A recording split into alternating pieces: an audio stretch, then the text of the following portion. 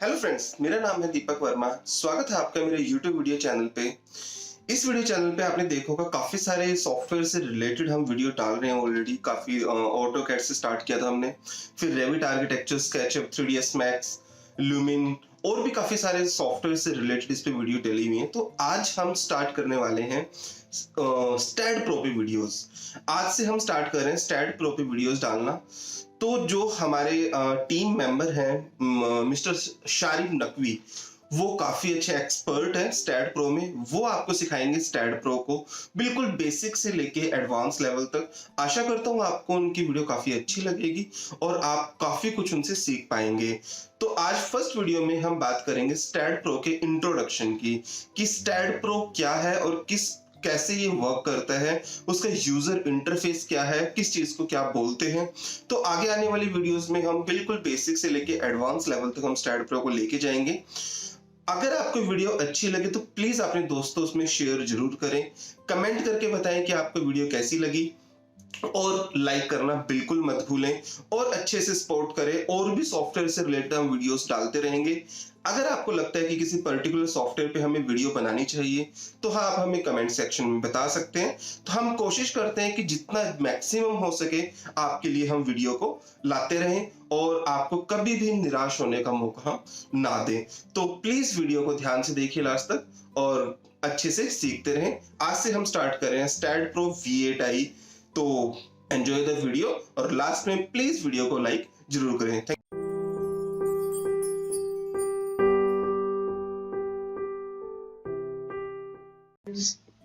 आज हम बात करते हैं स्टैड प्रो के बेसिक के बारे में। सिर्फ मैं आपको इसमें बेसिक बताऊंगा। स्टैड प्रो V8i, स्टैड का मतलब है structural analysis and aided design. Pro का मतलब प्रोग्राम से है, V8i इसका वर्जन है, यानी कि स्ट्रक्चर, किसी भी स्ट्रक्चर को एनालाइज करना और उसे डिजाइन करना। एनालाइज का मतलब है to get a shear force and bending moment with correspondence to load. Say with correspondence to shear force, bending moment to get the quantity of steel or check the strength, it is known as design. जो हम use कर रहे हैं वो STAAD pro V8i select series 4 use कर रहे हैं। हम स्टैड की मदद से किसी भी स्ट्रक्चर को एनालाइज कर सकते हैं और उसे डिजाइन कर सकते हैं। जैसे हमारे पास कंक्रीट स्ट्रक्चर हो या उसे स्टील स्ट्रक्चर हो, हमारे पास वुड स्ट्रक्चर हो, तो हम डिफरेंट टाइप्स स्ट्रक्चर्स को हम एनालाइज कर सकते हैं और डिजाइन कर सकते हैं।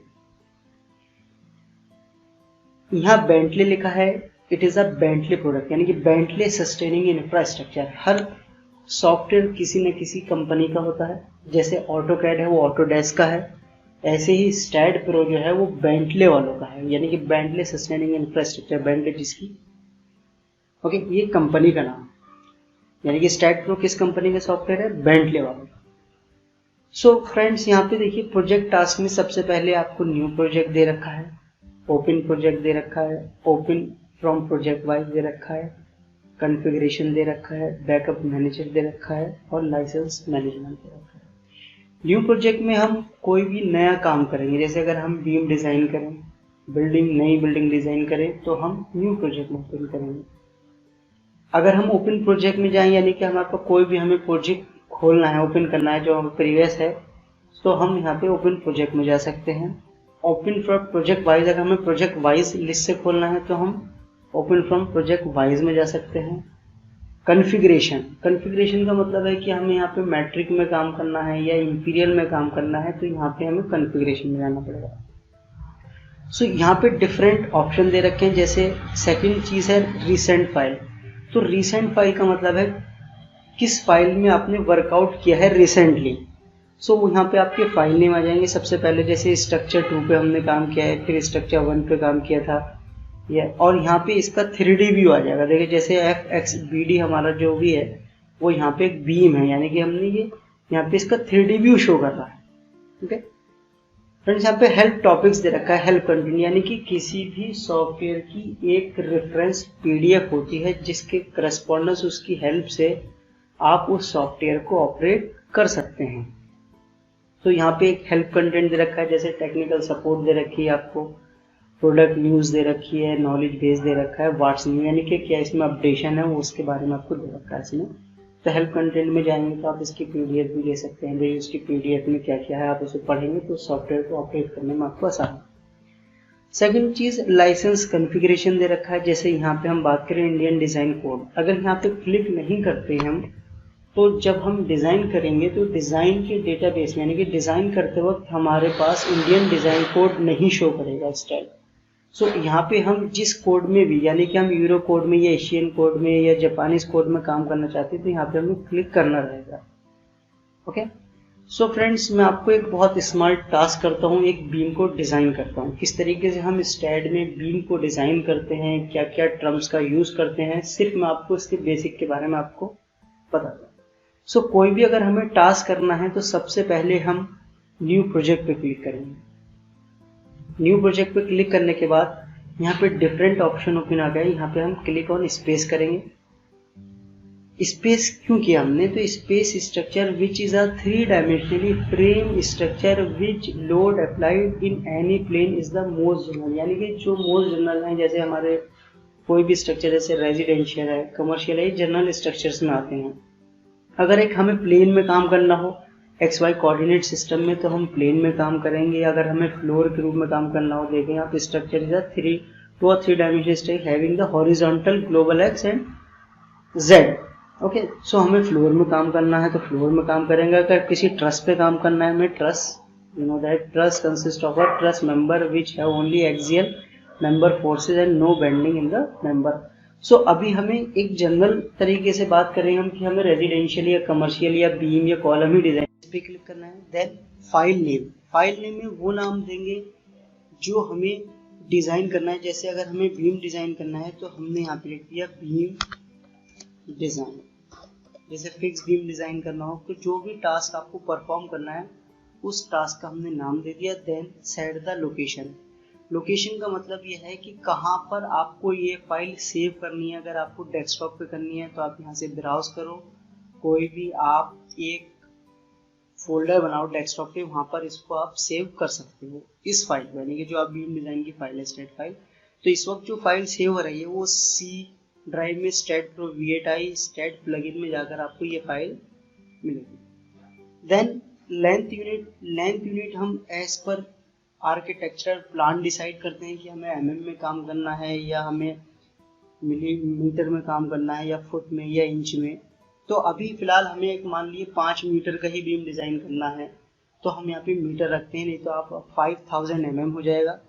सो हमने यहाँ पे 5 मीटर रखा मान लिए, या 5 चलिए mm ले लेते हैं। फोर्स की यूनिट डिपेंड करेगी आपने कैलकुलेशन किस में किया, आपने न्यूटन में किया है, किलो न्यूटन में किया है, पाउंड में लगाना चाहती हैं, मैट्रिक टन में लगाना चाहती हैं। वैसे जनरली लोग न्यूटन में लगाती है फोर्स, क्योंकि हमारी कैलकुलेशन न्यूटन या किलो न्यूटन में आती है। सो क्लिक ऑन नेक्स्ट करते हैं। क्लिक ऑन नेक्स्ट करने के बाद यहाँ पे ऐड बीम है, ऐड प्लेट है, ऐड सॉलिड है। मगर यहाँ पे हमें क्योंकि एक मेंबर ही डिजाइन करना है, प्लेट डिजाइन नहीं करनी है, सॉलिड डिजाइन नहीं करना है, तो हमें यहाँ पे सिर्फ ऐड बीम पर क्लिक करना है। Now we will click on finish here.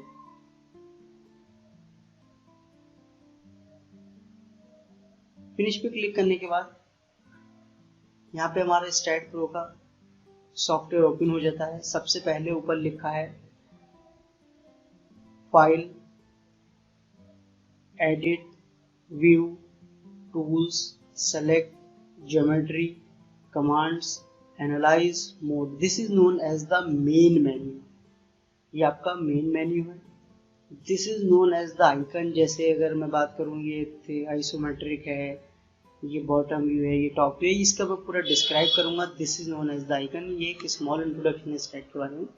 Now this is the page control area है। जैसे ये पूरे पेज को कंट्रोल करेगा, जैसे आप क्लिक करोगे तो पूरे पेज को कंट्रोल करेगा। This is known as the page control area.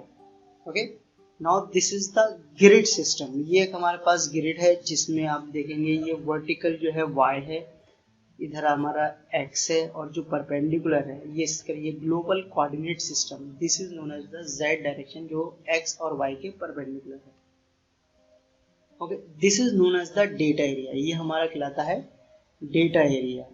Okay, अगर हमें इस ग्रिड को मान लीजिए क्योंकि हमें 5 मीटर का बीम डिजाइन करना है, तो क्योंकि हमें क्या करना पड़ेगा 0 1 1000 2000 ये गैपिंग दे रखी है। अगर इस गैपिंग को अगर हमें मान लीजिए इस ग्रिड सिस्टम को, यानी कि this is known as global coordinate system, और जो व्हाइट कलर का स्पेस दिख रहा है ये है user interface, this is known as the user interface. और ये हमारे पास है इस वक्त नोड कर्सर, क्या है बस नोड कर्सर।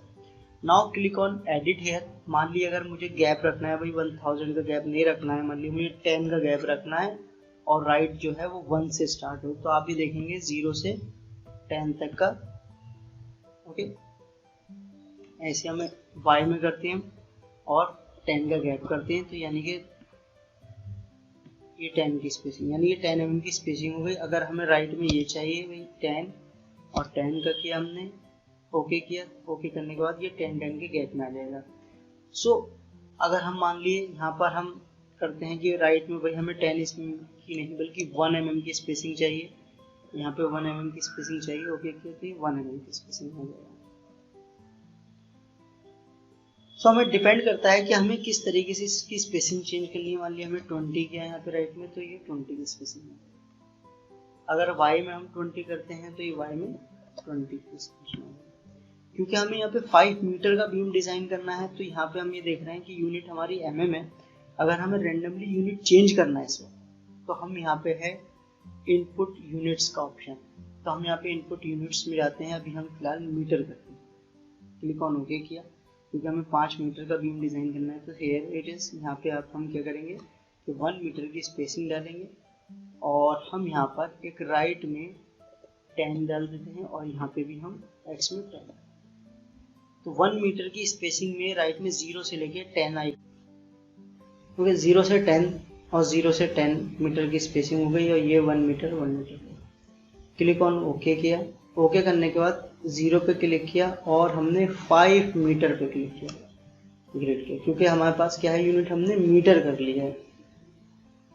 तो click on snap node beam icon, यहाँ से क्या होता है ग्रिड हाइड हो जाती है। अगर आपको ग्रिड को हाइड करना है तो यहाँ पे आपको ग्रिड हाइड हो जाएगी, यहाँ पे आपको आइकन पे क्लिक करना पड़ेगा। This is known as the data area. Data area मैंने क्यों बोला था, क्योंकि यहाँ पे कोऑर्डिनेट आ गए। देखिए पहले नोड का जो पहला नोड है हमारा, ये नोड है, तो उसके कोऑर्डिनेट हैं 0 0 और दूसरे कोऑर्डिनेट के हैं 5 0 0। अगर कोऑर्डिनेट देखने गए हैं तो आपको शिफ्ट एन प्रेस कर दिए।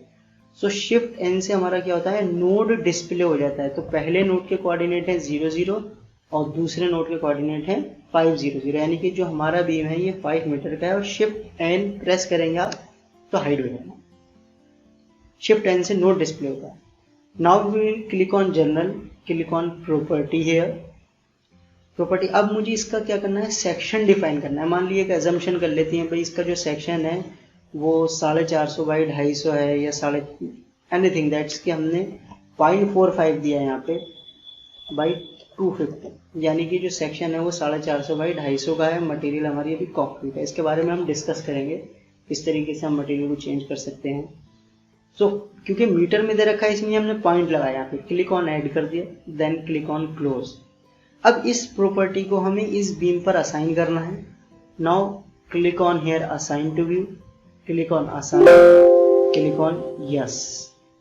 ये प्रॉपर्टी इस पर असाइन हो गई। अगर इसको मुझे मान लिए इसका हमें सेक्शन व्यू देखना है, क्या देखना है, सेक्शन व्यू देखना। भाई ये जो है रेक्टेंगल है, नहीं तो यहाँ रेंडर व्यू का ऑप्शन दे रखा है, तो आप भी देखेंगे कि ये रेक्टेंगुलर सेक्शन है। तो 450 बाई 250 का हमारा एक सेक्शन है, जो बीम की लेंथ हमारी 5 मीटर। हमें फिक्स बीम डिजाइन करना है। Now click on here support, click on create.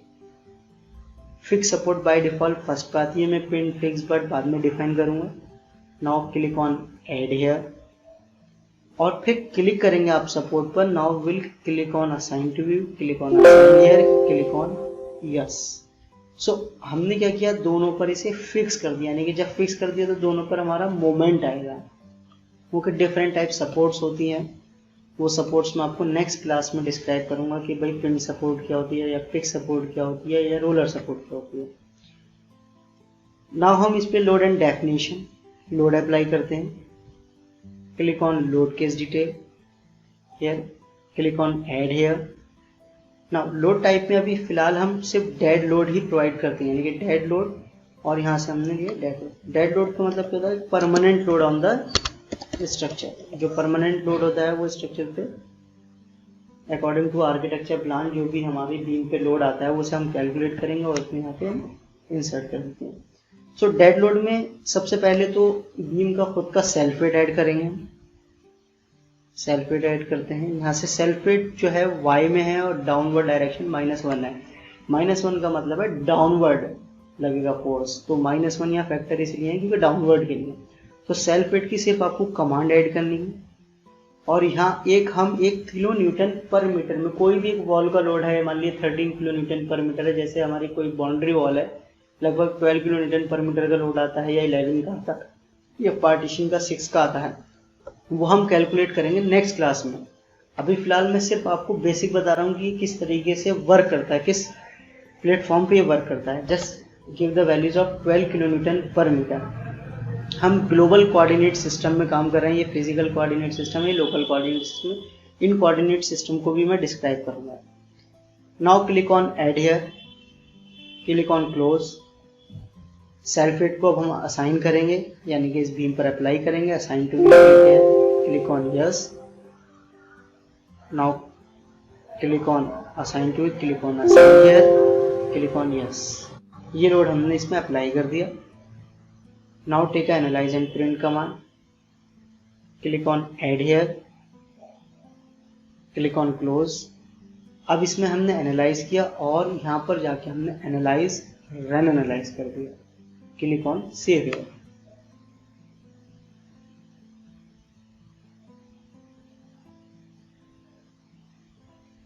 पे आप देखेंगे कि एनालाइज होने के बाद 3 ऑप्शन यहाँ पे आते हैं, output file, go to post processing mode, stand modelling mode. तो आउटपुट फाइल में वो चीज़ें दे रखी होंगी जो आपने इंसर्ट किए हैं, जैसे प्रॉपर्टी क्या इंसर्ट किया है, क्या मटेरियल की प्रॉपर्टी है, क्या ज्योमेट्री है, जो कोऑर्डिनेट्स हैं, वो सब चीज़ें इसमें आउटपुट फाइल में डिस्क्राइब होंगी। आउटपुट फाइल में मैं आपको पढ़ाऊंगा। अभी फिलहाल हम बात करते हैं go to post processing mode, जहाँ पे हमें shear force, bending moment, displacement की वैल्यू मिलेंगी। Now click on go to post processing mode, click on done here, click on okay here. Now click on beam, click on graph. So this is the bending moment diagram, यानी कि जो bending moment diagram बनेगा, हमारा जो 12 kilo Newton पर metre का load था उसके हिसाब से जो हमारा कॉर्नर पे मूवमेंट आया 5.55 किलो न्यूटन पर मीटर और मिड में जो लोड आया -2.77 किलो न्यूटन पर मीटर। फिर उसके बाद इस फिक्स पे 5.55 का है। ये शेयर फोर्स डायग्राम है हमारा और ये हमारा एक्सियल थ्रस्ट। ये Fx से देखिए, ये Fy है, ये Mz में हमारा बेंडिंग मोमेंट डायग्राम। अब ये कितना मूवमेंट होता है, WL²/12 होता है, किस तरीके से हम इसकी कैलकुलेशन करते हैं, वो कैलकुलेशन मैं आपको नेक्स्ट क्लास में बताऊंगा। किस तरीके से शेयर फोर्स डायग्राम निकालते हैं हम, ये शेयर फोर्स डायग्राम करेक्ट है या नहीं है, ये भी मैं आपको बताऊंगा। ओके, वैसे ये करेक्ट है डायग्राम। ओके, ऐसी ये डायग्राम बेंडिंग मोमेंट का है। Now click on notes here, click on displacement here. ये पूरा डिस्प्लेसमेंट की टेबल आ गई। अगर हमें रिएक्शंस देखनी है तो ये रिएक्शंस की टेबल आ गई। ओके, यहाँ पे अगर हम बात करें रिपोर्ट्स की तो हम यहाँ पे एक इनपुट फाइल की रिपोर्ट भी निकाल सकते हैं। ओके, क्लिक ऑन हियर, यहाँ पे एक रिपोर्ट आ जाएगी, वो एडिट करना आपको बात। Okay friends, bye.